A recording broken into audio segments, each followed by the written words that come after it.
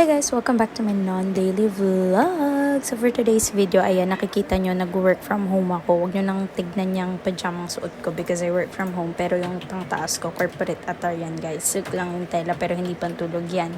But anyway, ayun, nagluto ako ng munggo for lunch because with the family. And munggo is Friday. And Friday means munggo day, cherries.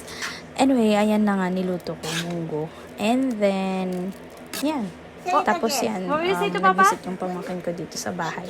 And yun, meron siyang chocolates and milk from her papalo. And then yan, nag-chill kami, kumakain kami ng ice cream.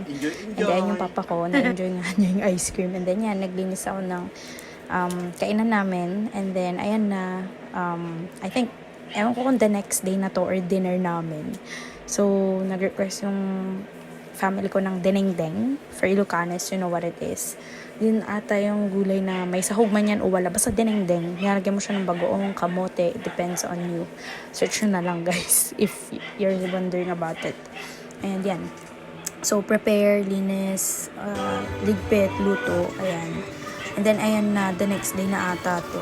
Nagliligpit pa rin ako as usual. And then, I'll be cooking our breakfast. So, for our breakfast, ayun na, inuna ko na nga niluto yung talong. Kasi, ang balak kong iluto is tortang talong. And ayan, nagugas pa rin ako ng mga ginamit na plate. Tapos, ayan, kumuha na ako ng egg. And then, ayan, prepare ko na siya. Nag-crack na ako ng egg. And then, yan, crack lang ng egg. Tapos, timplahan mo ng asin, paminta, at kung ano pang mga pampalasa gusto mo ilagay.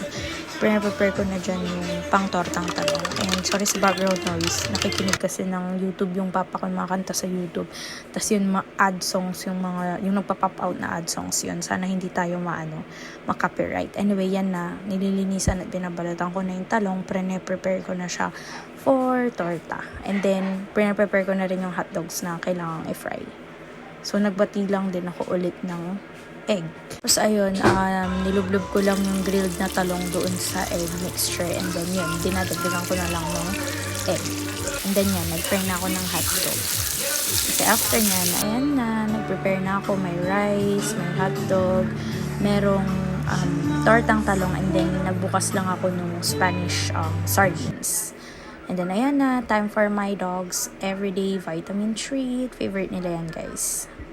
Automatically behave and well-mannered sila. No need to say sit or kung ano man kasi sobrang favorite talaga nila yan. And ayan, luto na naman tayo. Mashed kamote yan with ginisang karne sa bawang sibuyas kamatis. And yun, nilagay lang natin ng tubig with bagoong. Lagyan mo ng sili, timplahan mo, and wala, ilagay mo na yung upo mo, yan na yung ulam. Yun lang. Thank you guys for watching. Peace out. Gotta go. I'm out of here. Bye. God bless us all.